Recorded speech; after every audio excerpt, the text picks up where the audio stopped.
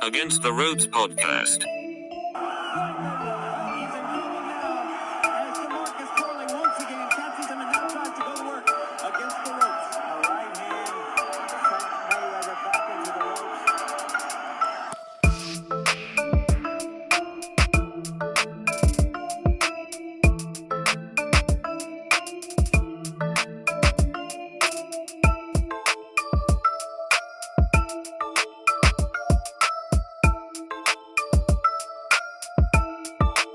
Contra las cuerdas.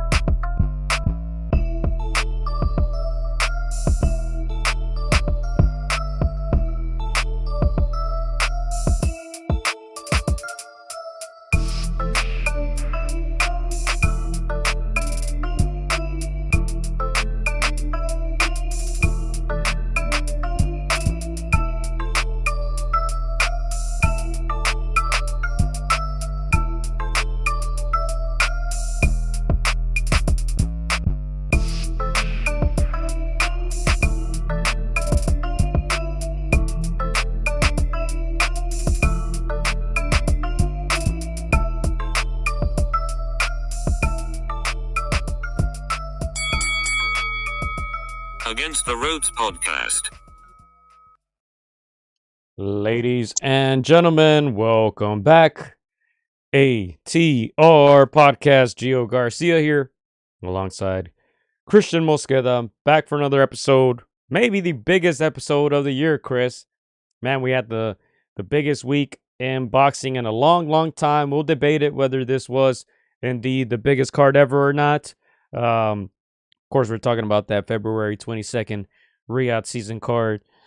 Beterbiev, Bivol 2, and a ton of fights, on that undercard. We got a lot to talk about, Chris.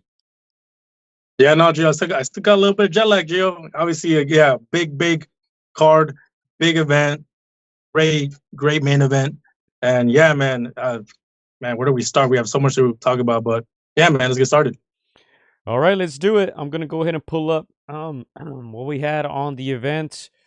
You guys see all the results there. Shout out to Zizzo, who won by points. Alakel, who won by points. And we'll start with Shakur, Chris. We'll go ahead and start with Shakur. That was one of the fights that a lot of people were talking about because, obviously they had the late replacement, and Josh Padley. Electrician by day, boxer by night. He mentioned in some interviews how he got the call, after his regular weekday shifts, got the call if he wanted to fight Shakur. And of course, they hopped on it, and he went 9 rounds with Shakur Stevenson. We did predict that Shakur would get a stoppage. He got it. Not necessarily a KO. It was more of the corner throwing the towel when they figured their man had enough. Obviously fighting on a short notice, limited training camp, probably still tired from his day job, and I feel like they felt like he proved enough, Padley. But yeah, give us your thoughts on that. We did predict a Shakur stoppage, but Shakur at the end of the day is Shakur, right? Not the most exciting fight. I did put a poll up here. I'll show you guys in a second. The poll asked which fight was your favorite out of all the great fights. And we'll take a look at the poll later on. But I'm sure this one wasn't 1 or 2 or 3 or even probably 4, Chris. Yeah, no, first of all, Gio, I held Shakur to a higher standard this time around. I said it on the previous podcast. If he doesn't get a TKO or a knockout, job's not done. Obviously, he's always going to get the W. He's always going to get the win. But for me, I wanted to see him, take his man out. Obviously, we heard about, the troubles with his hands. But if you put enough punches together, you should be able to have class and have the corner or the ref stop it. So that's job number one, Gio. Again, with everything that went out with Schofield, I feel like his stock did go up a little bit, and I can give you the perspective from being inside that stadium. A lot of people were just seeing him in awe. I feel like in the States, people want to see action. Over there, they were a little bit in awe of his skill. So he got the job done. Obviously, I feel like you're going to be a little critical of him, and you'll have your points, but he did what he needed to do. If he had not gone to TKO, I would have really ripped on him in this podcast. Yeah, Shakur, who is now 23-0, 11 KOs only, not even 50% for Shakur. And we always say usually early in your careers when you rack up those KOs, once you step up in competition is really when guys start to strategize and really box a little more. Obviously, you're fighting better opposition. You can't just get them out of there. But yeah, Shakur hasn't racked up those stoppages yet. 11 and 23 fights. He's 27 years old. Not, I wouldn't say a good streak of fights lately for Shakur. I feel like most of us felt like he should have gotten Padley out of there. Big Bro says card delivered for the most part. Padley was a scrappy little fighter with heart. Yeah, he showed a ton of heart, and I'm sure they're gonna call him back. We posted a clip of that fight. Let me see if I can pull it up for you guys. The people chanting, "There's only one Padley." Very interesting. The crowd getting behind him. If we can play it here. But yeah, I mean, you were there, Chris. So tell us what you kind of heard from the crowd. It seemed like Padley won a lot of fans, maybe even more than Shakur that night. Well, let me just say, Gio, obviously, when you see the fight from, the TV, from the screens, it's different than when you see it from the actual stadium. I'll say that. Different angles give you different looks. Honestly, I'll be real. From where I was standing and I was next to the guys that were chanting his name, I was looking at them like, man, why are you guys chanting? He's not doing anything. Honestly, I can only see him from my angle. I felt like he wasn't doing much to Shakur, like barely anything, to be honest. I feel like this guy was getting outclassed. You tell me what you saw from your screens, Gio, but I felt that it was, this Padley, obviously gave a good account of himself. Great story, coming in, to get the payday of his life. I hear that he got a house, he got some other things, but outclassed was too much a word. But yeah, definitely a lot of UK fans, Gio. It's only a 6-hour flight, so a lot of his fans obviously were there to egg him on.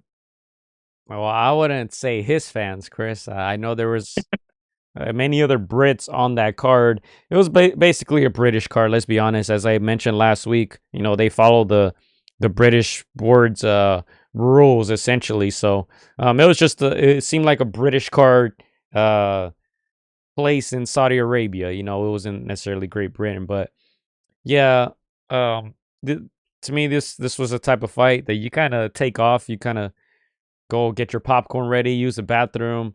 There was a lot of action, and really a lot of the fights are back to back. So I think this one I kind of took off just mentally. There was a lot of boxing. There's a lot of hours of boxing, man. So this is where I kind of took my mental break. Yeah, I can't make too much of it. Padley was 15-0, I believe, coming into this fight. So it shouldn't really have been a real challenge for Shakur. But yeah, as I said, I think Padley won some fans. I looked up his Instagram, followed him. And yeah, I mean, hopefully we get to see him again. I think he was a scrappy, entertaining guy. And he made a good first impression, I would say. But yeah, I don't think we learned anything from this fight. I don't think I can say anything bad about Shakur or anything good about Shakur. Just the level of opposition wasn't really the best for us to learn anything, in my opinion. And we'll see what happens. I mean, I stated last week, Shakur's an undercard fighter, and if he continues to not entertain us, he's gonna remain an undercard fighter unless he can get a big name to be his dance partner. Let me just say, Gio, Padley, he's a good bloke. When I saw the list of fights, I thought the Shakur fight was going to be early on. Dude, I had to hold it for a little while, not going to lie. But yes, I did take my bathroom break around that time. Around that fight, I missed like the first 3 rounds. I don't think I missed much. But yeah, man, again, it was an entertaining affair. Again, I said it before the podcast. Shakur is obviously getting some traction.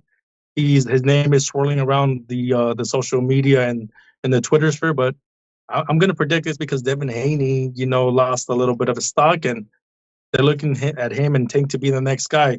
Obviously, I ran into Showtime Sean Porter. We brought up those names, and that's the traction that's been getting on YouTube, social media. So we'll talk about that a little bit later. But yeah, to me, Dmitry Shakur did what he needed to do and get a TKO, or else I really would have ripped on him some more. Honestly, he doesn't have the style to entertain, so you need to get guys that are not on your level out of there. Yeah, I don't want to spend too much time on this. I feel like I've been saying that a lot recently, but Shakur Padley isn't really a fight that we should spend too much time on, considering all the fights that we had. So, yeah, I think good for Padley. He got paid. Hopefully, he gets to take a week or two off from work. Hopefully, he gets to be a full-time boxer soon. I'm not sure if this was enough for that, but hopefully, he gets more opportunities as far as Shakur goes. As I said, I don't really learn anything.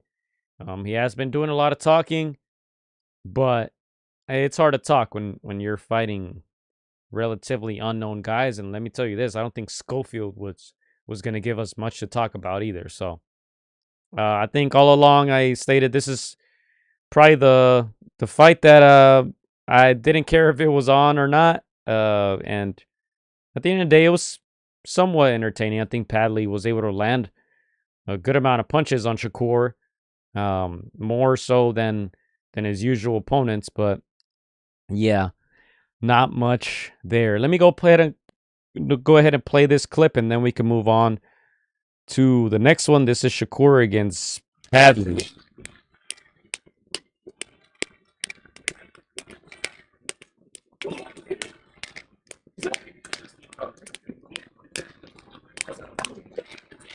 So you hear the British fans in the background cheering. And yeah, I mean, not much, as I said, not much in this one. But let's go ahead and move on. Let's see what else did we have on that card. I'm just gonna go in order as they show up here.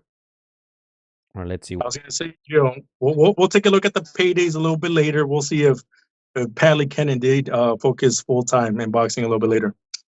All right, let's go to another one of the earlier bouts, which I thought was a very entertaining one. Joshua Buatche, he said, leading up to the fight, there was a clip that I saw where he clarified how to say his last name. Of course, the zone commentators didn't get it right all night, but Joshua Buatche against Callum Smith.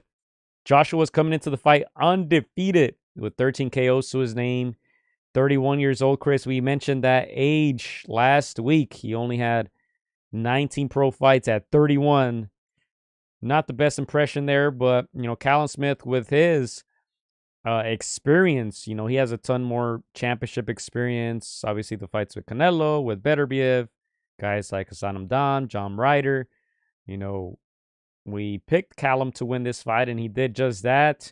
Won a unanimous decision. The 34-year-old man out of Liverpool did it against Joshua Buatche, who, they were really building this guy up as the next man up, right? And I'm not surprised that Callum Smith beat him, but I was surprised that it was a good fight. It was a very, very good scrap. To me, one of the more entertaining fights of the night. I didn't get to watch it live.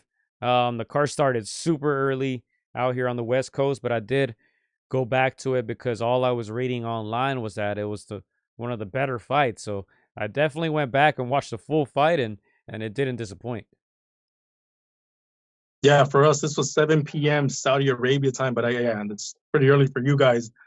But yeah, man, I like saying Buatche, Gio. I gotta put respect on him, man. Buatche. Did I say that right? Buatche? Yeah, maybe I gotta pull up the clip. All right, Buatche. Honestly, that was a great fight. And again, when we were doing our predictions, Gio, these are some of the fights where you're like, okay, we gotta take some risks and pick a B side, And I think we made an educated decision on this one. Obviously, Callum Smith, much bigger, much more experienced. He carries that power, late. I do gotta say, man, Buatche got a heck of a chin, Gio. I was waiting each round, just waiting for him to crumble. Again, Callum Smith is a big boy. That guy's a big boy, and he gave, he's only lost to Beterbiev and to Canelo. So I expected him to crumble Buache, but again, it just shows that he's got a great chin, and he's up there. He's a level below those guys. But yeah, man, Callum Smith for the win. The educated decision on our part. Yeah, I think obviously a lot of people on this side of the globe didn't necessarily know Callum Smith like that. When he fought Canelo, we always mention this. A lot of people on the other side of the pond used to say, "Oh man, Canelo wants no parts of Callum Smith. Callum Smith will knock him out." As you guys remember too, David Benavidez, when he was champion, he never faced Callum Smith. Really, none of the other champions faced Callum Smith. He was an avoided guy at 168. And then obviously when Canelo fought him, that's when more of the mainstream fans saw him and said, "Oh man, this guy's terrible. This guy's a punching bag." But you know what they say, man. You're never as good as they say you are. You're never as bad as they say you are. So to me, Callum Smith is a perfect example of a B-class fighter, Chris. As you said, he's a level below, the Canelos, the Beterbievs. But he's almost there, and I think he continues to prove it. He had a good run at 75 until he ran into Artur Beterbiev, and then obviously at 68, he had a great run as well until he ran into Canelo. So, B-class fighters, nothing wrong with that, Chris. There aren't many in the world. There's the pound-for-pound guys, the Beterbievs, the Bivols, the Usyks, the Canelos, the Bam Rodriguez. And then there's the B-class fighters, so there's absolutely nothing wrong with being labeled that, and I think, as you said, Callum Smith proved us right, and I'm happy that he got this big win. He probably has a couple more years left, so this was a big one for him. I think he's 34, right? 34. 34. Bivol's 34. And we talked about that with Sean. I mean, that 34 is that new prime. It's we used to say that was like when you were done, you should start thinking about hanging them up. But it's starting to show that Callum is still at it. Like you said, a couple more years in the sport. But yeah, definitely experience played a factor in this one. Again, those fights with Beterbiev, with Canelo, obviously Buachi's not on that level, and so he was able to weather a lot of those shots. Again, convincing win. Competitive fight, very entertaining fight for those in attendance. But yeah, man, again, that's gonna put Callum Smith in position for a good name fight, a good payday to come. Yeah, hopefully, 31-2, 22 KOs. He showed good power, showed a good chin, and just composure, man. I like Buddy McGirt in his corner.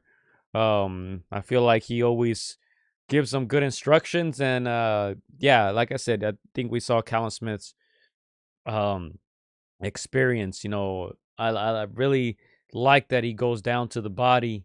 He switches it up, and yeah, at some points Buddy was telling him to stop loading up with every single shot because these guys started firing on all cylinders, and Buddy kind of slowed him down, said, "Don't load up on every shot, touch him," and then when he opens up, that's when you go in with the power punch. And yeah, it worked out for them.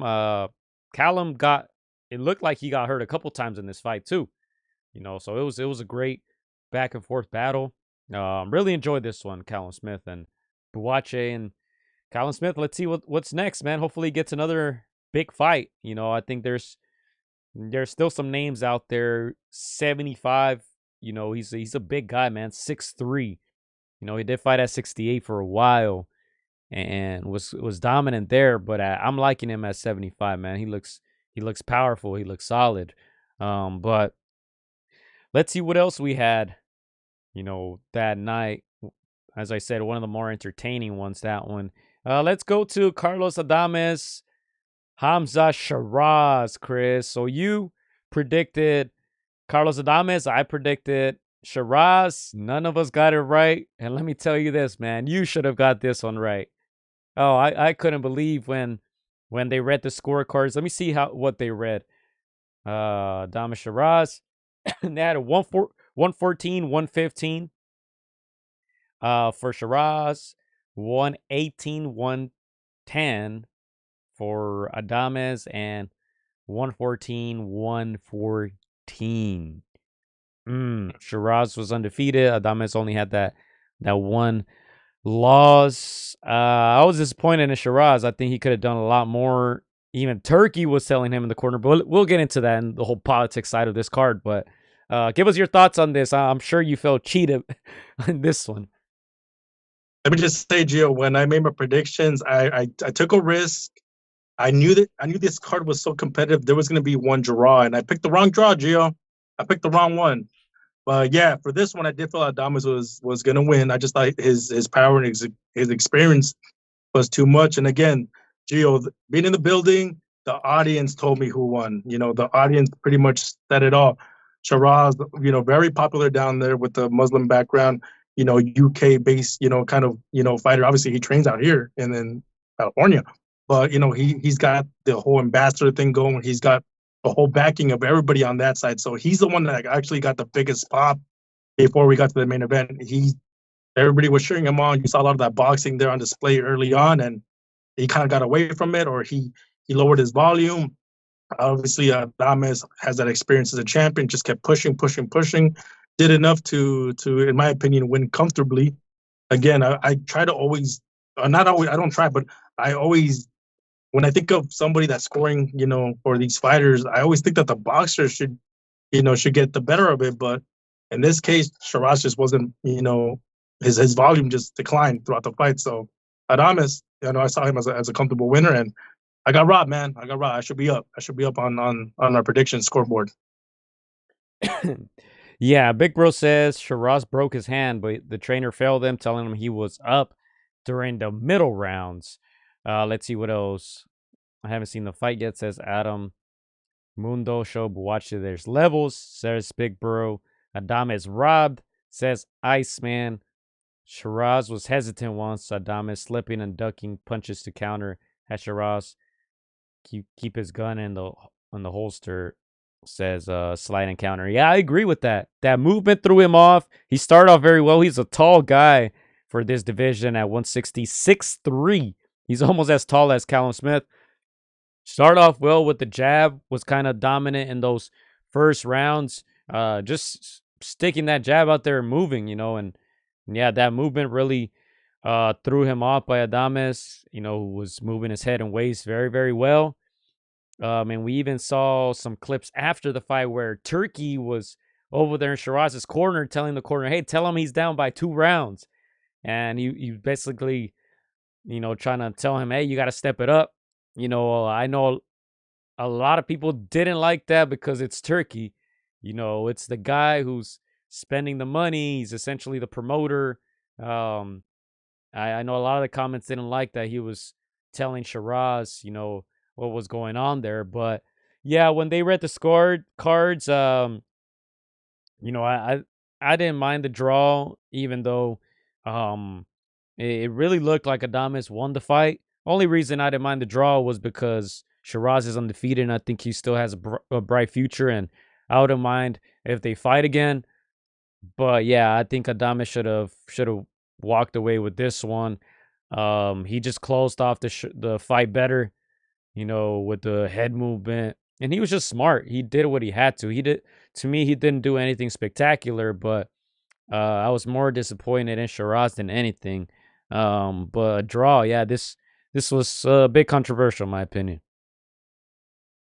Yeah, no, Joe. I made some friends out there. A lot of UK fans. A lot of them of Muslim descent, and they said it straight out. It's like, no, Shiraz let the fight get away from him. We're disappointed in him in this fight. He could do better. He should have outboxed them. Of course, it's difficult, Gio. It's a pressure fighter. Obviously, easier said than done. Obviously, there's a level of boxing IQ that you had to get to before you can really outbox these kind of pressure fighters. So, maybe a bit of an off night for Shiraz. Maybe he needed these rounds to get experience. Maybe next time around he boxes much better. But at least now, at this moment, he's not there yet. And again, it just shows why Carlos Adames is still champion. He's got that will. He didn't get bewildered. He was, like you said, he stayed patient, and he was able to do some smart pressure. So I wasn't overly impressed with Adames. I did predict the knockout. I thought he was gonna show his experience, but Shiraz found a way to just go the distance. So yeah, again, I like for there to be a rematch. Not the most ask for rematch, but I'd like to see where these guys can kind of separate themselves from each other, and if they were to run it back. Yeah, to me, this fight got a little repetitive. I think the middle to late rounds, it was kind of the same thing going on. And as I said, Adames did what he had to. He felt like he was winning the round. So if it's not broken, then why fix it? But I think Shiraz should have adjusted a little better. And Kyle agrees. He says Adames looked good, really good compared to his last time out. So, yeah, I mean, draw surprising, yeah, but we'll see if we get these guys back in the ring again. Let's see. Adam says, you guys think Shiraz could compete at 168? I think eventually, yeah. I think the next wave of 168 pounders, are good, interesting names. Not sure how long they stick around. Diego Pacheco is another guy who's probably about the same height or even taller at 168. Let's see what Berlanga does. Let's see if Caleb Plant sticks around for longer. Jaime Munguia, obviously, who's now with the Canelo team. There's big fights at 168 to be made, and I think the next wave of guys, the guys like Pacheco and Shiraz, maybe in 4 or 5 years are going to be running that division. But as of now, yeah, I think he's going to have to improve a lot. This was a step up fight for him, and to me, he didn't pass the test. Luckily for him, he got the draw, but some people will say politics. Not surprised when Turkey was in his corner. But yeah, it was a decent fight. This one, in my opinion. Let's go ahead and move on. Let's see, we are about 30 minutes in, about halfway through these fights. Let's go ahead and talk Big Bang, Chris Zile Zong. Oh, man, I was a bit disappointed in this, so not going to lie. He had dropped Caballero. I was happy about that, and gassed out. Took quite a few body shots and took a knee to me, Chris. Like I said last week, anytime you get up right after that 10 count, you quit. Let's call it what it is, and that's exactly what Zile did. Drops to 27-3 now. The 41-year-old might be it for him, man. 41 years old. You got stopped. You lost to Joseph Parker. Now you lose to Caballero, who's 26-0 now. 18 KOs. Good run for Caballero, man. Frank Sanchez stopped him. And now Big Bang banged him. No Diddy. But he got it done with vicious body shots. I'll pull up the video too. Chris got some footage of that stoppage.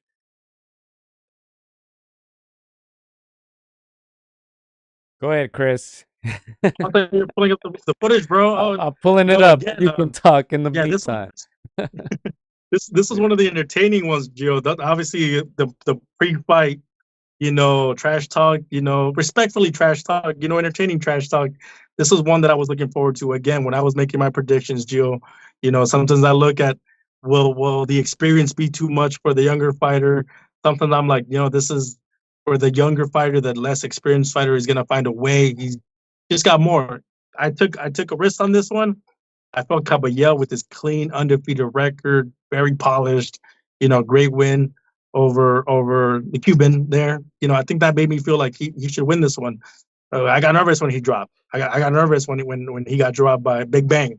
I was like, dang, I'm going to go down on the scorecards over here, my prediction sheet. But, again, Caballero showed his class, showed, how to stay composed, kept digging at that body. And, yeah, at 41, you're going to feel those. So, man, what a fight. Very exciting fight. I'm happy with Caballero's result. Yeah, and this sequence here was weird because it looked like Zile went down and then the ref didn't even really count. He just told him keep going. And then, Big Bang, yeah, just looked gassed. I don't know. Well, I do know what happened after that knockdown. He was heavy, man. It just didn't look like he prepared well enough to go the distance. It's interesting because at 41 and at his size, he's a freak athlete. He still has that speed and that power and that good boxing ability, but yeah, his tank in the last few fights has not looked good. And Caballero saw something You guys will see the body shots there. Vicious body shots. Took a deep breath there. Zile took a few more, and he wanted out. Didn't get up. Big win for Caballero. Man, I was disappointed in this one because took that L with Big Bang. And yeah, look at him there. They're exhausted just on the side. Big Bang, man. Good win for Caballero. Good heavyweight action. Yeah, no, again, at 41, I think they asked him, like, do you still have some left? And he hesitated for like a split second, and he's all like, yeah, no, I still got some left.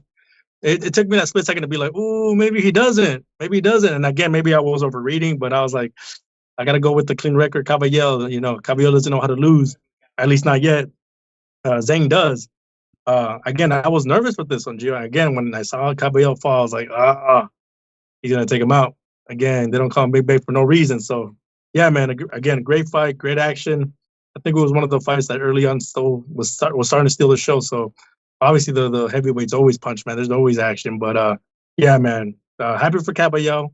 He's getting the respect that he deserves, and this one is going to position him for another big name fight. Again, doesn't have that built-in kind of like fan base, but I feel like he's starting to grow on a lot of people.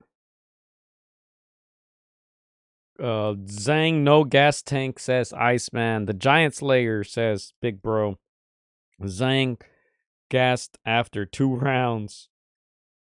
Third KO by body shot and roll for Caballero. Yeah, to Frank, he did some big time damage to the body, and same thing. Frank stayed down and took him out with those body shots. Caballero.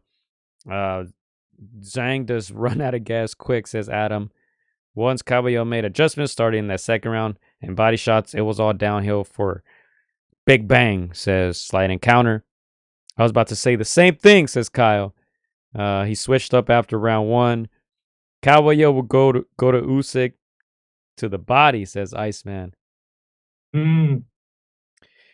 Yeah, this was definitely I think a big fight in the heavyweight division, because to me, Zile is probably done. Crazy that he could have got a big payday. They were talking about possibly Usyk, possibly Joshua. He took some tough fights, man. Joseph Parker, now Caballero, and didn't go well for him. I think he might be done. And on the other hand, Caballero now stopping 2 of the top 10 heavyweights, and Frank Sanchez and Big Bang, Zile Zhang.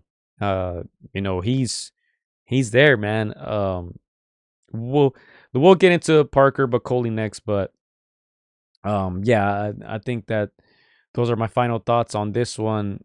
A lot of movement in that heavyweight division. Very interesting fight. And yeah, I think maybe the last time we see Big Bang at the biggest stage. 41 years old. Yeah, let me ask you, do you think Caballero's the best heavyweight body puncher right now in the sport?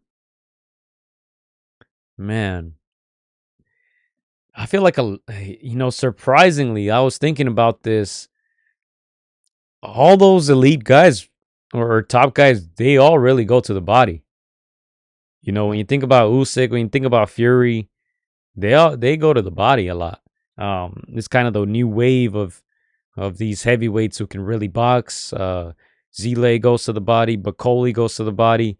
We'll talk about Bakole in a little bit, but I don't know if I would say the best, but it's probably a hard argument against it if you continue to stop these guys, going downstairs, and I think that's a great weapon in the heavyweight division.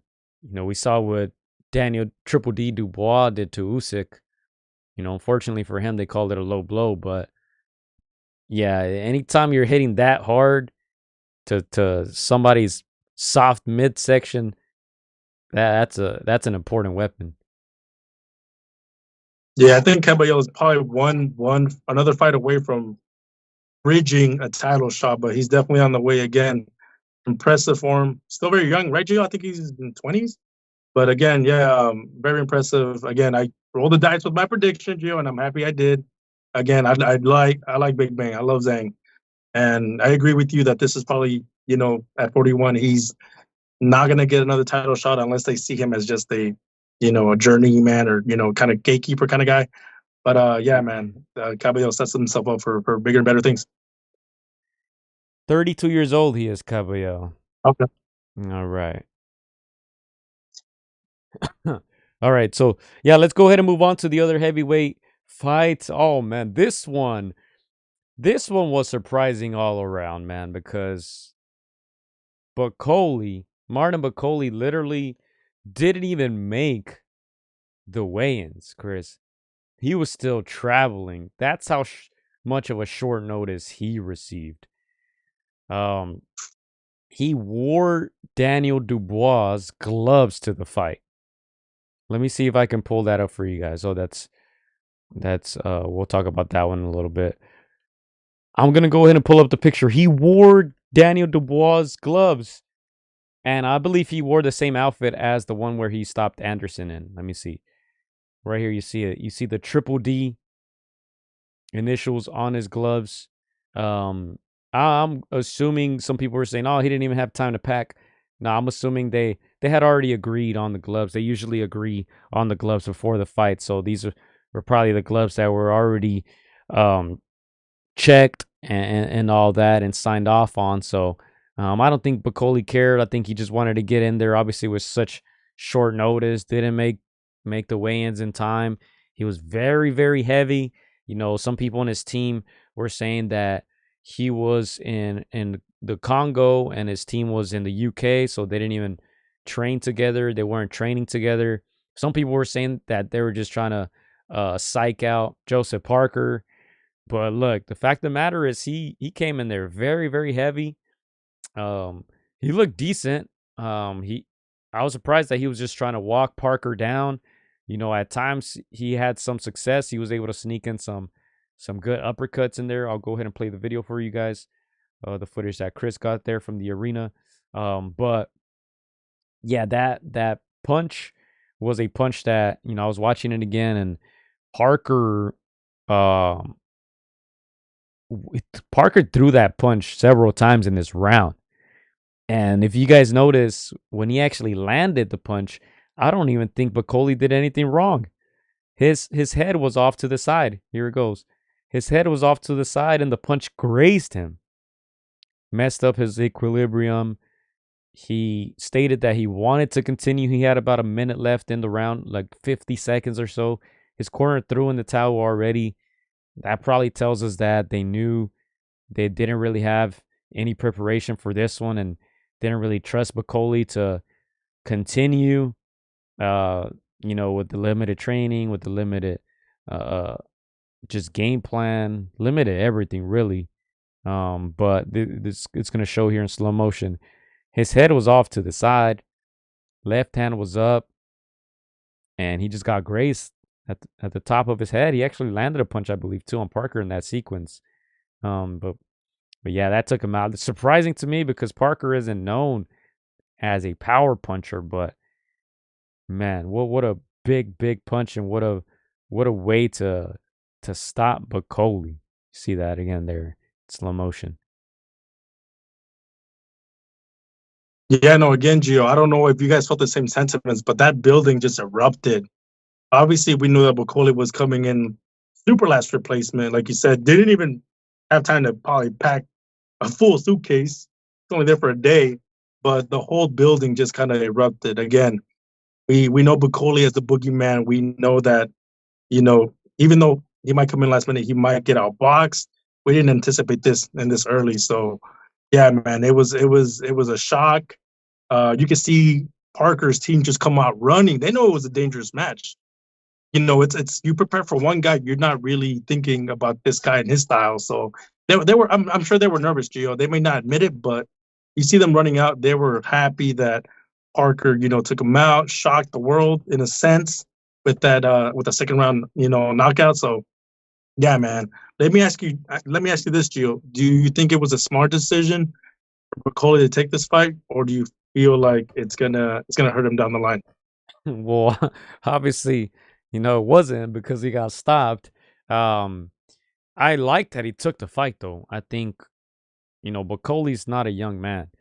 I think at his age, he needed 33 years old. He needs a big win.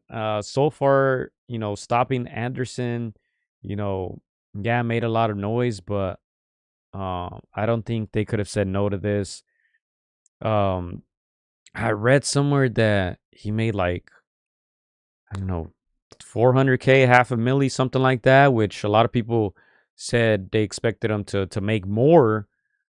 But we'll get into all that stuff later on. But I think it's just very, very hard to say no to this type of fight. Now, if he didn't train, then if he wasn't training at all, if he wasn't in shape, then yeah, you say no to this fight. You sometimes you're too brave for your own good, but sometimes you got to just be smart too. And obviously, look, the result was a bad one, but Turkey said they're still gonna have his fight against Efe Ajagba in May. And Bakole said, I'm going to take a week off after the loss. He's going to take a week off and then get back in the gym. So he's still going to get that fight against Ajagba in May. That was scheduled. So I guess it didn't make too much of a difference. But yeah, this is a big loss. But I like the comment here by, let's see.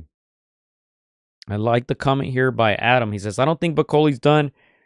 He was touching up Parker just before he got dropped. It's the heavyweight division. Even Lennox got KO'd. And yeah, I like that take for many reasons. Yeah, he had landed a couple good uppercuts on Parker, before that. And there was that kind of funny sequence where he got hit with a clean flush punch and he kind of shook it off. And the crowd was kind of amused by that. And yeah, that punch just landed in the wrong spot for him, right spot for Parker. But yeah, I don't think he's done either. He's a charismatic guy. I like him. He's a good boxer, power puncher. But yeah, I think a lot of it was an uphill battle from the start. Big ups to them for taking it. I don't think it was the smartest decision, but I mean, you can't take anything away from Parker. Parker is in one of the best runs in boxing. So like, currently at the moment, when you want to talk about, he's the same age. He defeated Zile. He defeated Deontay Wilder. He got the knockout now against Bakole. So if there's anyone out there looking for a big fight, I think Joseph Parker, will be knocking on those doors. Not sure if any of those guys want to see him. Let's not forget, I mentioned Daniel Dubois. With the whole glove thing, Daniel Dubois was supposed to fight Parker. All right. Coincidentally, some news broke out, during or after, I think it was during the fights, that Usyk and team said they're interested in fighting Dubois again. So, what a coincidence, right? That he had to get ill, right before this fight. But that's the politics side of things. But yeah, nonetheless, credit to Parker for this huge KO. Yeah, when I first saw Bakole, Gio, noticeably big, noticeably, pudgy. Again, he's got that George Foreman kind of style where I was like, he could still hurt Parker, but he lands that perfect shot or the accumulation of shots. Again, like you said, Joe, he kind of just walks up to you and just boom, kind of just breaks you down. So yeah, obviously the first round, the first, minute of the second round, a lot of people in attendance were like, oh, he might just break him down. Yeah, sure, it's last minute. Sure, he's overly heavy, but you could just feel like those punches were gonna, break down whatever opponent he had in front of him. And big ups to Joseph. I think he realized that he's like, I cannot, sustain, 6, 7, 8, 9 rounds of this. I'm gonna have to throw a haymaker, and it was a punch from the Gazio. It landed at the, like you said, top of the temple, lost his equilibrium, and the thought she wrote again, Gio. Man, this is the one where you debate if that money that came in, if it's gonna pay dividends, then maybe again, yes, it was a bad loss, knockout loss. But I agree with the comments, Gio. Maybe sometimes it's better to get disconnected from your senses and not take an accumulation of punishment, 7, 8, 9, 10 rounds. That's gonna be hurting more in the long run. But yeah, he and Padley made good with the ambassador of boxing right now. And of course, he's going to get called back for much bigger and better paydays. I'm pretty sure, Turkey took care of him. If he gave him a set amount, I'm pretty sure he's like, probably felt bad. And he's like, I'm gonna give you a couple more, man, a couple more zeros. But we'll see again. I would love for Bakole, even though he's lost that boogeyman kind of aura. I hope he comes back fresh, stronger. He tries to see this as a moment that he needs to avenge. I would love to see that monster and Bakole that destroyed Anderson once again. Yeah, so this one is saying around 600K for Bakole. Yeah, I don't know if you looked up the official numbers or if we even have official numbers, but yeah, I'm hearing that he got paid a lower amount than most people expected, but it was just a great opportunity. If you beat Parker, you can 100% ask for a title shot after. Obviously with Usyk and Dubois kind of doing their own thing on the side and all the belts being there, kind of stalls things in the heavyweight division. But yeah, there's still a lot of fights. Someone mentioned Zile versus Bakole. Iceman says that would be a great fight. What else here? Felipe is talking bad about Bakole. 33 years is young for heavyweight, says Nerd. I think Bakole's still dangerous, says Adam. Bakole almost landed a big one in the end of round 1, says Kyle. Yeah, the opportunities were there. Both men came to fight. I think Parker knew, hey, this guy probably didn't have a training camp. Let's try to hit him with something big. And Bakole on the other hand, I'm sure said, hey, man, I'm probably not in the best of shapes. Let me try to get this guy out of here now. So that made it an entertaining fight. At the end of the night, Joseph Parker, 36-3, 24 KOs now, 33 years old, and he's fought damn near everyone in the heavyweight division. Let's pull that up. Deontay Wilder, Bakole, Zile, he's fought Joe Joyce, Derek Chisora, Dillian White, Anthony Joshua, Andy Ruiz won the title by beating Ruiz. And he's been around the block, Joseph Parker. Good for him that he's still getting these big opportunities and getting those big wins. But let's go ahead and move on. Let me ask before a final question, Gio. Oh, here we go. Do you feel like this fight will have negative consequences against Efe Ajagba? And if it does, what do you say back to this fight? No, I don't think so. I think if anything, maybe negative consequences for Bakole. Maybe he'll have this punch in the back of his mind, but no, I don't think for Ajagba. I think mentally he's saying, "Oh, this guy's beatable. If I land a big one like that, I can probably take him out too." But I don't know. I mean, it's a quick turnaround time. He's gonna have basically March and April, and the fight is in May. I think it's May 1st, the card. So not a big. Bakole doesn't get a big break, but not sure if that changes anything. I think a lot of people will still favor Bakole. I don't know. Yeah. No, I agree that a lot of people still favor Bakole. I agree with your point. This gives Efe a little bit more confidence, and I think this fight is a little bit more closer now because of this. So we'll see how Bakole prepares. Obviously, he's gonna want to erase this as soon as possible, and he's got an opportunity with a quick turnaround. So yeah, man, I'm excited to see what happens and if Bakole can bounce back. All right, let's see what we have next. We went through Shakur, Parker, Zile, Joshua Buatche, Adames, and this one, let's get into that poll first before we get into basically what could have been the co-main. Obviously, that Vergil Ortiz fight and Madrimov. Let's get into this poll. So the question was, which was your favorite fight from Saturday's card? All right. I'm going to go ahead and click that one, Ortiz and Madrimov. All right, let's see how the people are voting. 51% Beterbiev Bivol. 1% Parker Bakole. Wow. Ortiz Madrimov 38% and 11% Boache Smith. All right, I didn't bother including Shakur. He'd probably have that 1% that Parker Bakole has. So, yeah. This was an entertaining fight, Chris. You predicted a draw. Tell us what your thoughts were. I honestly thought this was a comfortable, a difficult but comfortable win for Vergil Ortiz. I thought he racked up enough rounds.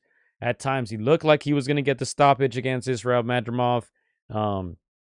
I was very impressed by Ortiz, honestly. I thought he was going to struggle a little more with Madrimov's movement, but he was able to touch him up, and he did it in a smart fashion, in my opinion, with very good boxing. I think Vergil Ortiz proved now that if he hadn't before, I think he proved now that he belongs on that top level, and I think he's ready for anyone. But give me your thoughts.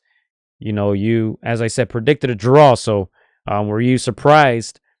Did you think it was closer than what the cards read? What was your thoughts on this being there in Saudi Arabia? No, first of all, congratulations to Vergil Ortiz. He did what he always does. He's always has one extra gear. He's got more will. He's got more, just more tools to his game. And he had some tricky rounds early on, but again, it's the volume punching. It's the shot selection. It's just making his opponent and Madrimov uncomfortable.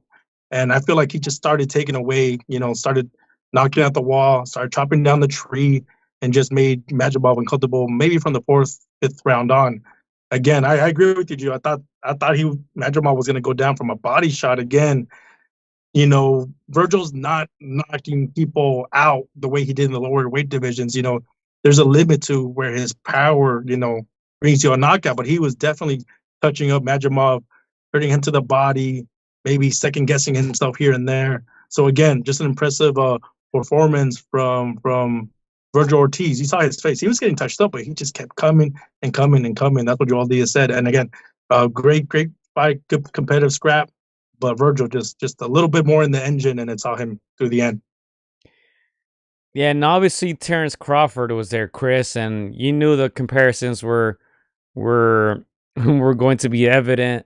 Should we even compare Vergil's performance versus Crawford? As I've said many times on this show, I thought Crawford lost to Madrimov. People don't want to give Madrimov credit, and obviously Crawford was the A side.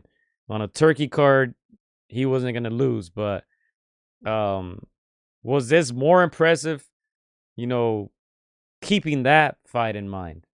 Because Crawford was there ringside and he was watching carefully. And a lot of people, including Sean Porter, thought Madrimov was going to win. You know me, Gio. I'm a big supporter of Terrence Crawford, but I'll keep it real. I can tell that Madrimov was way more uncomfortable in this fight. I do see, Madrimov losing this one a little bit wider than he did with Terrence Crawford. That one was a little bit more competitive. That one was a little bit, in my opinion, a little bit closer.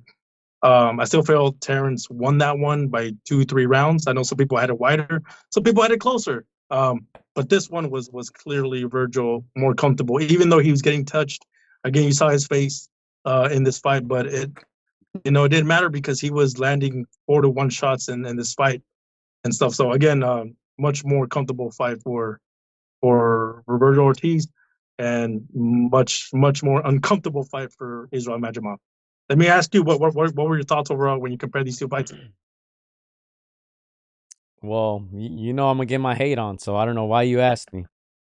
I just never thought Crawford was that guy. Vergil 23-0.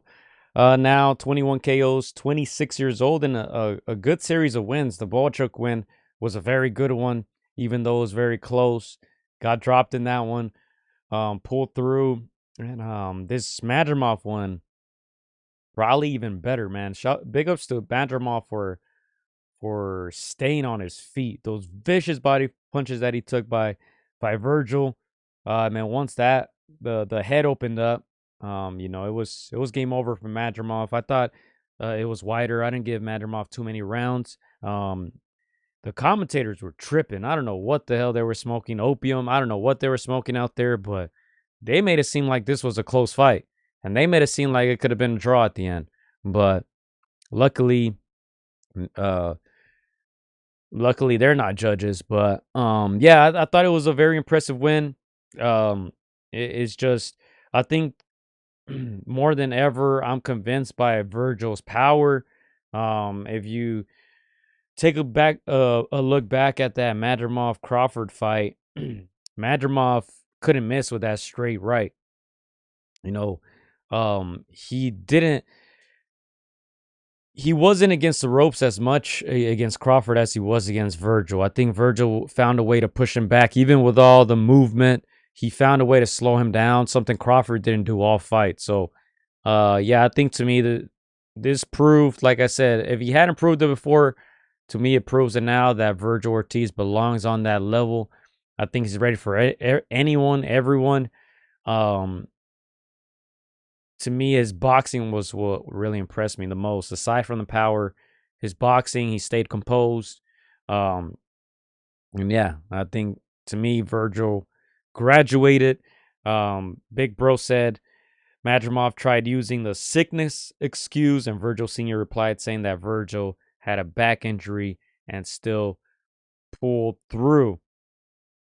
Let's see. Madrimov, too much feinting and not enough throwing. Yeah, I mean, I don't know. I don't know if he really was sick or not, but Vergil looked very good. Robert looked very good against we know your boy Joel Diaz. But yeah, we'll see what happens with Madrimov. Honestly, very good fighter. I really like his boxing skills. Drops to 10-2 now. Israil Madrimov, who's 30 years old. I think it's gonna be very difficult for him to get another big fight, man. Just pure boxing style, but at times he does a little too much movement. You know, some people compare him to Triple G.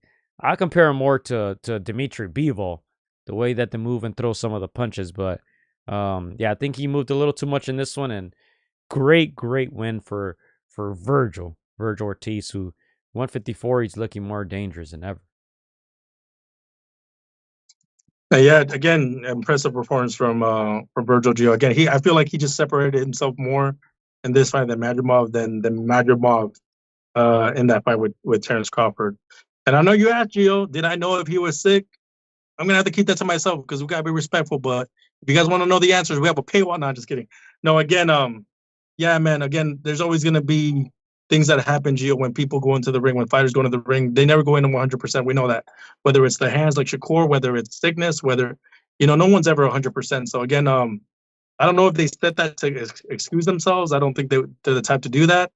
Again, everybody always has an ailment of some sort. But yeah, man, I think he gave a good account of himself. It was competitive until it wasn't. Again, no shame in losing to a guy like Vergil Ortiz. He's just got that, again, we've said time and time again, he's got that extra gear, that extra will. And yeah, man, it sounds, Gio, like you're saying he won this fight, correct me if I'm wrong, like 9-3. And it seems like you're saying that the Madrimov Crawford fight was either a draw or Madrimov won it by a round or two or whatever. Right now, how would you score a fight if Vergil Ortiz, were to fight Terrence Crawford? How do you think that fight would go?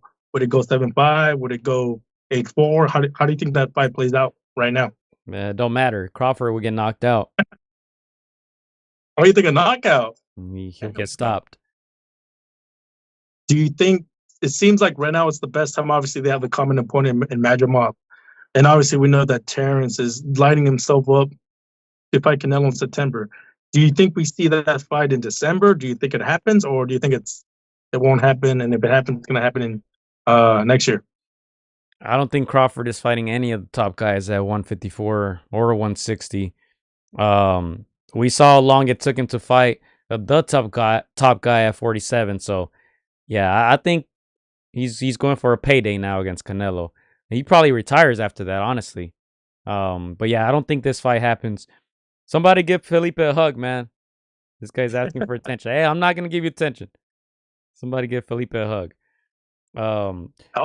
I Hey, was about to go on Felipe, but I was like, nah, you got to put in the work, man. You got to put in the time. yeah, He's barely in round one. he doesn't have any stripes yet. We're not gonna respond to him.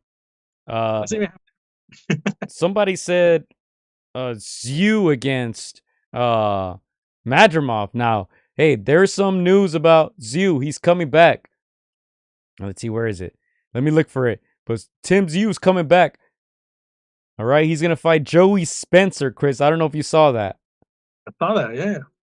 Look at that. That's April 6th, Newcastle, Australia. Zhu versus Spencer. I like this comeback fight for him. You know, Spencer, man, who he lose to? Ramos, I believe. Hasn't been the same since. I think this is a good comeback fight for Tim Zhu. I like it. Yeah, it's competitive enough, but not dangerous enough. And I think we've been objective and honest and fair in saying he's been taking a tough road. And if you're his management team, like you try to be a little bit more careful when it comes to positioning your fighters. So yeah, this is a good one. Again, competitive enough, but not too dangerous where Zhu is gonna go through another fight that's just is gonna break him down, and he's gonna lose any hope of being an elite fighter. So yeah, man, a great fight, good competitive scrap. I'm excited for this one. And that reminds me of Bakram Mutasaliev, Chris. I think the best fight at 54 is him and Vergil. I think that's best fight at 54. Sebastian Fundora is fighting soon too. He's not fighting any of the top guys, and quite frankly, didn't seem like he wanted any of the top guys. He wanted someone like Spence. Spence was probably done. I don't even know if he's gonna fight again. But Murtazaliev, Ortiz, I think 154. That might be the best fight right now. That's a firefight right there. But we'll see. Murtazaliev, I think he might be the last guy that any of those guys will face. As I said, Crawford doesn't seem interested in any of those guys. Fundora was kind of looking for that big money fight, that legacy fight. Tim Zhu had to get to the back of the line. So 154 is getting very interesting. But we'll see. I don't think Murtazaliev gets a big fight. But staying on the Vergil, big win. Vergil Ortiz, 23-0, remains undefeated. Only 26 years old. So, yeah, I'm excited to see what's next for Vergil, man. One of the more exciting fighters in today's era. 21 KOs in 23 fights. And he seems healthy. I like that. He seems strong. Can't wait for his next fight. Yeah, no, again, Gio, a great outing for Vergil. Retains his interim title. Yeah, that Mortazalia fight, Gio, that one, everybody's licking their chops. That is a dangerous fight for both men. And I don't know who you'd favor right now, but that again, that's a tough test for Vergil. That's a tough test for Mortazaliev. Quick announcement, Gio. Obviously, we know the man behind Mortazaliev. Quick little announcement. We're gonna have Coach Roma, who trains Mortazaliev, next week on the podcast. Reached out to him early this morning. He says he's ready to come on next week. He's gonna talk about the 154-pound landscape and where his fighter is at. But yeah, man, they saw the fight. They're ready to go. Again, he's the champ. I want to say he's the boogeyman at 154. We saw what he did to Tim Zhu. Man, nobody expected it. Our boy Brian actually texted us like, that guy's got power. So again, it's a crazy time. The 154-pound division is a sexy division, man. It's crazy. It's too much talent in that division. But yeah, man, I'm excited for that. And yeah, man, we're gonna visit Murtazaliev in March. I reached out to coach, and we're gonna go pay a visit to the boogeyman in March. So yeah, man, stay tuned for that, guys. Yes, sir. Oh, that should be another good one, man. He gave us a lot of insight the last time we had him on the show. Can't wait. Let's go ahead and move on to the main event, Chris. Obviously, what are we? An hour in. We're going to have a lot to talk about in this one. Let's visit some comments real quick. All right, let's see what the people are saying. Oh, go easy on him, Jordan. Let the kid be, man. Let the kid be. Wins over Boachuk and now Madrimov proves it, says Big Bro. Vergil, the top guy right there right now. Nobody's calling out Murtazaliev, saying Adam. Fundora's ducking, says Big Bro. Champy says, if Vergil gets a shot at Fundora, I want to see Ramos get a chance at a title. I think Ramos can take Murtazaliev. It's a bold statement right there. Bold statement. I do like Ramos. Yeah, I like him, though. So, again, if I can invest in any division right now, Gio, and if I get a payout based on the level of competition, I will put my money in that 154. Lightweight's cool, too, you know. The 140s is cool, too, but 154, man, that's where the money's at, man. That is where the action-packed fights is at right now, for sure. All right, let's move on. Main event. Beterbiev Bivol 2, the rematch. Undisputed. Chris, I'll let you take this one away. I got too much to say. Go ahead. I can't wait to hear you. But again, yeah, main event time, Gio. Oh man, this is the reason why I made the trip to Saudi Arabia. This was, of course, the whole card convinced me, but the rematch for all the belts, for all the titles, two of the very best, if not the best, of this era. I light heavyweight, two, pound for pounders. What can I say, Gio? I've never seen a building go back and forth, screaming one guy's name and the other, back and forth, back and forth. I'm sure the commentators had so much fun hearing that. Man, what a fight. What a fight.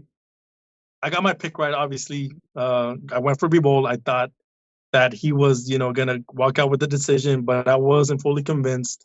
I also had that, that thought in the back of my head that Beterbiev could knock him out. But man, what a fight, what an event, what a first half, what a second half by Bivol. The first half by Beterbiev was amazing. I thought that he was just outclassing Bivol, and to see what happened in the latter, just a lot of people thought Bivol won, and I know it's going to be, a very controversial because it was that competitive. But happy with the decision. I think he's deserving. But give me your thoughts on what you thought transpired, and do you think he was a just victor?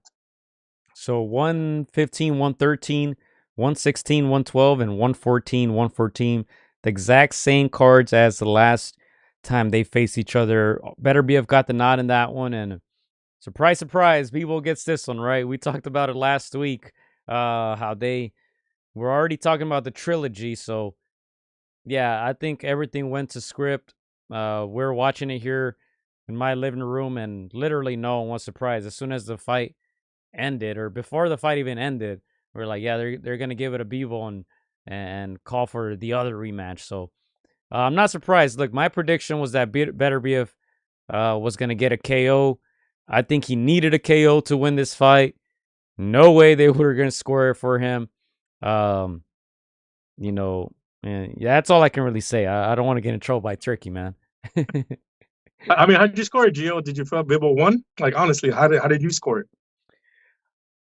Man, these were tough rounds to score. If you look at the scorecards, I think some of the judges had like Bivol winning 5-6 rounds in a row. As I said, I'm sure they got the script, so they knew what they were doing. But I thought usually I go back and watch the fights again before the podcast, watch it for a second time. I was watching it again right before the podcast. I didn't get a chance to finish it. Live, I thought it was a draw, but obviously with politics, you got to give it a Bivol. Probably could have gone 7-5 either way, or a draw. 116, 112. Yeah, that guy had an assignment and he completed it. But yeah, it was another tough one to score, in my opinion. I probably had a 6-6 the first like 5 rounds that I watched just now earlier. I thought most of those went for Beterbiev, but yeah, a lot of those rounds are so hard to score. You have the pressure fighter, the guy landing the effective punches, the power punches, and you have the other guy who's moving a lot, jabbing a lot, getting the crowd reaction. Obviously the money's behind that guy, so yeah, not surprised. Okay, so I'm hearing that to you it was obviously competitive. very close, either 6-6 draw, but you can see how Bivol could have won or could have swayed the judges, right? Is that what I'm hearing, right? Chris, that's what I said. Just making sure. So yeah, Gio, I was there in attendance. I always say you see it from a different angle when you're in attendance in the stadium, but and then you see it from a different angle when you're watching it behind your own TV screen. I was sitting next to 6-7 guys, a group of buddies. There, dude, every single round they were turning around and we were checking each other like, who won that round? And we would say Bivol, Beterbiev, like we would check each other. And there were some rounds, I agree, Gio, that were very close. They were like, oh, that one's close. It could go either way. There were some rounds that were like that, but we were in agreement that the first 2 rounds could have easily gone to Bivol if you had to give it one way to Bivol. After that, maybe 4 rounds straight, all Beterbiev.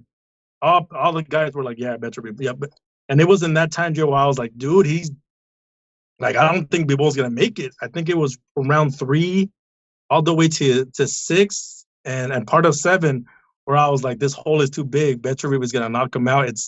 He dug a hole, or Bivol's dug himself a hole that I don't think he's gonna be able to get out. And then after that, Gio, I think round 7, 8, 9, 10, 11, 12, he was just going on a tear.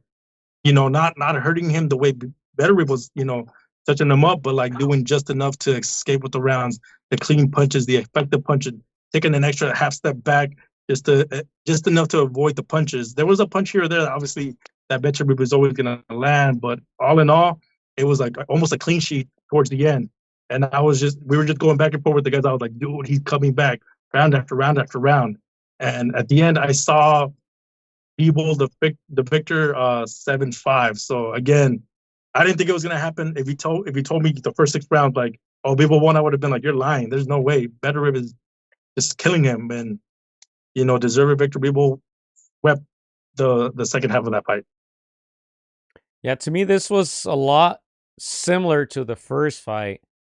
I think the difference was, Beterbiev was able to get to Bivol sooner, and Bivol threw more punches. So yeah, I think it all depends on the judges, what they favor. In the first fight, obviously they favored the more effective, more aggressive style by Beterbiev. And this one, to me, is very tough to win a fight going backwards, moving. We mentioned the Madrimov fight against Vergil Ortiz. The commentators, for some reason, kept scoring rounds for Madrimov. But to me, he was just moving too much and not throwing enough. Bivol was an interesting combo of him moving a lot and throwing a lot. To me, a lot of wasteful punches, but were they really wasteful? Even though they weren't landing, they were keeping Beterbiev busy. And I think a lot of it has to do too, like in the first fight, I feel like a lot of people were scoring rounds for Bivol because Beterbiev was supposed to knock him out, right? And because he finished 12 rounds, people took that as a victory. And I think in the same one, it was a little bit of the same. A lot of people were saying, oh man, Bivol's going to get his get back, and because there were competitive rounds, I feel like automatically they gave it to him, but yeah, I'm going to go ahead and watch it again. As I said, I only got through the first like 4 or 5 rounds. First half of the fight, it was mostly Beterbiev. Bivol even admitted, through. And I don't really like these. When they know they're going to fight each other again, I don't like them admitting stuff. He said that it was difficult for him to keep Beterbiev off of him the first 4 or 5 rounds. And then he also mentioned that, his hands were hurting because Beterbiev kept punching him through the gloves. I like the honesty. I don't like it, though, because they're going to fight each other again. So you don't want to give your opponent that mental edge. But yeah, the last rounds, Bivol closed them off well, and yeah, I'm just not surprised. Turkey handed him the belt, and Bivol gifted him his gloves and trunks, and Turkey was posting them all over Instagram. So we kind of knew this was gonna happen. The third fight, I think it has to happen this year. Because we don't really want a 41, 42-year-old Beterbiev against the younger Bivol. I think that playing field isn't as even anymore. But yeah, it's gonna be hard for Beterbiev to win a decision, man. I think there's a lot of investments behind Bivol. I'll just leave it at that. Yeah, let me just say, Gio, I wasn't one of those people that was truly convinced a trilogy was going to happen. Again, I had in the back of my head that Beterbiev could knock him out. And guys like Sean Porter also predicted, shout out to Sean, giving us that interview on the airport. So I was one of those people, I was like, if Beterbiev knocks him out, there's no need for a trilogy, to be honest. The only way you get it is if Bivol, exacts his revenge. So that's exactly what happened. And that's why we're talking about, the trilogy again. These fights are always going to be close, competitive. We know that this fight around, Bivol had that extra gear when it came to stamina, when it came to, volume punching and effective punching. I felt this fight was a little bit, I want to say wider, but just a little bit wider in that Bivol swept a lot of the rounds. And again, some rounds are competitive, but I think Beterbiev needed a complete stop, because after you rack up one round and it feels like the same thing, outboxing, landing the cleaner, eye-catching punches, Beterbiev needed a stop, a punch that just kind of kept Bivol on his tracks, and that never came. So again, I agree. I know this question is going to come. I think they've already made Benavidez the mandatory to be bold, but I'd rather see this trilogy and try to wrap it up. I don't want other guys get in the way, and then you get a Triple G Canelo 3 way past this due date, no longer competitive. So it has to happen now. These guys have been doing an amazing job of, and shout out to Turkey for turning these fights around super quick, so we can stay competitive. I hope we get it, but definitely agree that Beterbiev needs to put in his next gear if he still has it, and he's gonna have to really put some hurting in Bivol to try to close that gap, because right now Bivol's got the momentum. He's entered a lot of people's top 5 pound for pounds. Obviously, confidence is in an all-time high. Yeah, no, Benavidez needs to stay in line, man. I think from these 24 rounds between Beterbiev and Bivol, kind of proved to us that at 175 there's no one close to that level. This is just such high level boxing. It's a chess match. These guys are both always thinking. Both guys have great weapons that they can beat each other with. In the 24 rounds, they're probably even 12-12. So yeah, they're likely gonna do it again.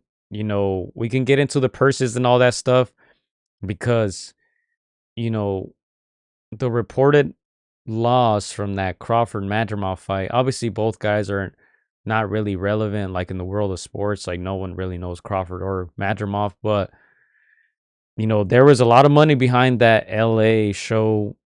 The reported loss supposedly was 10 million. I don't know how accurate that is. This fight, they moved it from a big venue to a smaller venue. Always, that's not a good sign. And all these guys had to get paid. There was, how many you can say, 16 big names on here that had to get paid. So I'm not sure if a trilogy generates, that much money, or if Turkey and his people even care. But yeah, I think it happens. I think Turkey wants it. Bivol's his guy, so I think he wants to get him that big payday. 34 years old, Bivol. We talk about Beterbiev being 40, 41. Bivol 6-7 years younger than him, but he's been in big fights already. We'll see how much he has left in the tank. But as far as purses go, let's see if I can find it here. Let's see if it loads. All right, so they're saying both fighters will take home around $10 million. So that's great. That's great. Joseph Parker is expected to earn about $2 million. Let's see, do they have anybody else? I don't know no, I don't think they put the other guys on here. I don't know if you saw any figures, Chris, for the purses. Yeah, I wrote a few down. They were saying Bakole made $600K. I think you mentioned that earlier, but it's probably closer to $1 million after seeing that Dubois was making $10 million. I'm sure I'm sure Turkey, upped that a little bit. Shakur was making 1.5 million, 2 million. And then the other guys were in the hundreds of thousands. Some of the other heavyweights obviously making more money. So career high paydays for all of them, Gio. And you mentioned earlier that venue was switched from a 25,000 seater to a 6,000 seater. Somebody like me, Gio, that doesn't speak the language, I got lost, man. So, man, finding that was a hurdle on its own. But yeah, man, obviously Saudi Arabia is not a big, boxing, fan base kind of country, and that's understandable. So I think Turkey's gonna have to have some events there. Obviously, he wants to bring tourism there, but he's gonna have to do some events back in LA, in Vegas, to cater to the people that are gonna, come and support and throne. So yeah, man. Again, I think he understands that. I think this one showed that even though it's such a spectacle, such a fight card, you got to take it to the places where people will actually show up. So hopefully we see some cards again back in LA, back in Vegas, back in the States where people will show up. All right. Final thoughts on this fight before we get out of here. Yeah, no, again, Gio, super competitive, one of the best fights. Pure. If that was the only fight of the night, man, I would walk out satisfied. Again, obviously, there's a lot of takeaways that we could take from this. Maybe 7 fights is too much, Gio. I don't know how it felt. It was too long for you guys. I enjoyed it thoroughly because it's an experience where you're out there, So to me, I enjoyed it thoroughly, but it may have been too much for certain people. But yeah, man, again, we welcome these kinds of events. You called it, time and time again. You predicted there'll be another one like this one. I think there will be. I think Turkey will learn from this, though. He'll make some adjustments the way boxers do. But yeah, overall, Gio, what a fight, what an event, what a moment for Bivol. You saw Beterbiev smiling and giving praise there when he went to the canvas. These guys are both class acts, man. They're both two of the most disciplined fighters in the world, and we can't wait to see them do it again. Again, like you said, 10 million each fighter. These are guys that normally wouldn't get paid more than 3 or 4 million just because they don't have the built-in fan bases. But it's a blessing for them to get blessed by Turkey Al-Sheikh and the powers that be. So can't wait to see that run back. They're deserving guys, and we can't wait to see if they're running back in 6 months. Now, this pay-per-view was $25.99 in the USA. I'm not sure if we'll ever get, those figures as far as pay-per-view numbers, but was this the best card ever, in your opinion? I wouldn't say it was the best card ever. It had a bunch of names, and obviously it took a setback with some of the names that fell through. So that hurt. But overall, it was the best experience thus far. You could build off of this one. Hopefully, we get more names that see those numbers, Gio, because those numbers will entice, certain fighters that normally don't step up. So, yeah, man, I feel like they could build off of this one. Again, the best card of I would say the last 7 to 10 years. Not the best ever. Let's see if somebody else can topple that. But it's the best so far. What about you? What do you think, Gio? Yeah, no, I agree. I don't think I ever called it the best card ever before this event or after. I just think they just didn't really have a star on this. That's the only thing that kind of, in my opinion, held it back. The biggest name in this card was probably Bivol. After that Canelo win, he kind of became a little more mainstream. But I think it was a great card overall. But I think it was missing a little bit of star power on paper. Amazing, all those names, all those championship fights. But yeah, I predicted that we would get something better than this, this year. So we'll see if Turkey delivers. I was still graded an A. Great card, great action. I think we got through all of them. Next week, we'll pull up the graphic of what the predictions now look like. I got my Beterbiev prediction wrong. I've got my Shiraz prediction wrong. I think Zile Zong, and then the other ones we pretty much got them right. But yeah, we'll pull up the graphic next week. Yeah, MAW. You got Vergil right? You got Vergil right. You didn't go with your heart on that one. Damn. Yeah, the Vergil one I got it right. MAW, saying the same thing that you said, that WBC ordered Bivol versus Benavides.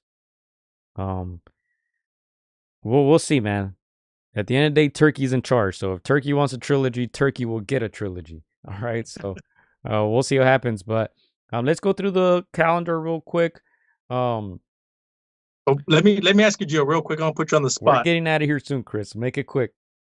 If you had to put a fight of the fight of the century kind of card, I'm not gonna ask you for the dance partners, but tell me 4 names that have to be on that card. Any promotion, anybody in the world, any fighter that's active right now. Give me 4 sexy names. You don't have to tell me who they're fighting, but just give me 4 names that have to be on this card, this Turkey card, for it to be the fight of the century. Look, I'm gonna say this, and I think Golden Boy could have done it. You know, I'll put Canelo on there, put Ryan on there, put Vergil Ortiz on there. Damn. What's the 4th? I asked for 4. That's 3 good ones. Give me one more. Don't matter. Anybody? Don't matter. Okay. There's a good one. Obviously, you could find. I think the fans in the chat can think of the sexy names that they would need to have, you know, a dance partner with to make that a good card. But hey, man, Turkey's gonna see this one. This one's gonna go viral. He's gonna be like, all right, let's make the best card of the century, you know, sometime soon. MAW says I got 5 of 7. I got Madrimov and Shiraz wrong. Dang. Yeah, I went with Shiraz too. Zile disappointed me. Who else disappointed me? I think I got 4 out of 7. I want to say I got 4 out of 7.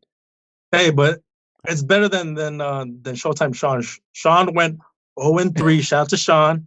I know that he was, you know, he had his own way of thinking. You know, no, there's no shame, man. No shame, bro. This is boxing. We want to have fights that are a little unpredictable, man. We don't want to know the answers all the time. So shout out to Sean.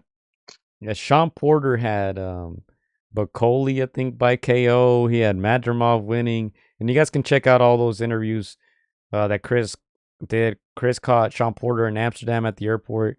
They had a good long convo. If you guys want to check out some of those videos and some of the footage live from Saudi Arabia, go ahead and check it out. Excuse me, on the channel. Let's go real quickly to what's coming up next. We do have some action this weekend. If anyone cares out there in the world, if anyone wants to buy this pay-per-view, Gervonta Davis against Lamont Roach. I do like the Jose Valenzuela and Gary Antoine Russell fight on there. Jerry Hurd is fighting on there too. Israil Matias is fighting in Puerto Rico. What else do we have here? Keith Thurman supposed to fight March 12th against Brock Jarvis. Sean Porter gave us his thoughts on that. Sydney, Australia, March 12th. Let's see if they televise it. Nick Ball, TJ Doheny. Junto Nakatani won, right? I missed that fight. I didn't even watch it. I know that the guy that Mayweather fought and like knocked out, that guy won. Not what I was asking. But anyway, Fundora's fighting against Booker, who not sure who Cordell Booker is. March 22, Las Vegas. George Kambosos is fighting in Sydney, Australia as well. Michaela Mayer. Camarón Cepeda against Tevin Farmer, Cancun. Who I like that one. But yeah, not too much star power there in March, but there is a lot of action. So we also want to give a shout out to our boy Arnold Barboza Jr. We didn't get to it last podcast, but he did win a big fight against Jack Catterall in Manchester. So big shout out to him. Hopefully he gets that title fight. I think they're saying he might get that Teofimo shot after all. So big shout out to our boy Arnold Barboza Jr. Yeah, and again, I said it earlier in the podcast, we're getting Coach Roma on next week. We'll see if we could get Arnold, if not next week, the following week. But, you know, nice to see Teofimo finally acknowledging him. We've seen the back and forth trash talk on social media, on YouTube. So it looks like it could potentially happen. So, again, that's a good fight for Arnold. You know, obviously he's going to be high paying time. And, you know, he's had some adversity. So, obviously, we have our own little bias, but yeah, man, it's a tough assignment. Teofimo, obviously, I think he's got the ring title in that division, So yeah, no easy task for Arnold, but yeah, man, it's a long time coming. I would put my money on Arnold, Gio. I'm telling you right now, I would toss that up in the air, and yeah, man, I would take a risk. But yeah, man, confidence in an all-time high for our boy Arnold Barbosa Jr. All right, and that's that. That's all we got for this week. Thank you guys for tuning in. Shout out to all you who will be watching this replay. Shout out to the chat for keeping it lit. Except for that one weird guy. Hey, don't come back, man. We were trying to talk boxing. I don't even know. It's all right. He's going through his growing pains. No, it's not all right. It's not all right. He threw a few haymakers, Gio. He has to pad his record in the amateurs, but we'll welcome him back, man. Again, no, don't come back. We don't need you. Don't come back. I like Bakole. Damn, Gio. Chris is trying to be nice. I'm not going to be nice, man. All right. Well, thank you guys nonetheless, man. Hope you guys enjoyed the show. We will be back next week. Peace. Peace, mates. Payday. I'm very Phil. Payday. Shout out to Ice Matt. Let's go. Let's go, mates. Has been a dosser. Can't be a dosser. The trolls come out at night. The trolls come out at night. Hola amigos, soy Juan Francisco AtR. Quiero mandar un saludo para mis amigos de Contra las Cuerdas. Échenle muchas ganas. Un abrazo, muchas bendiciones. Shout out to Against the Ropes. You know what mine is? Let's box, bitches. It's almost fight night. Shout out to Against the Ropes. Thank you for the support. Keep doing your thing. You're doing a great job. So thank you and best wishes. Against the Ropes. Huge shout out to Against the Ropes.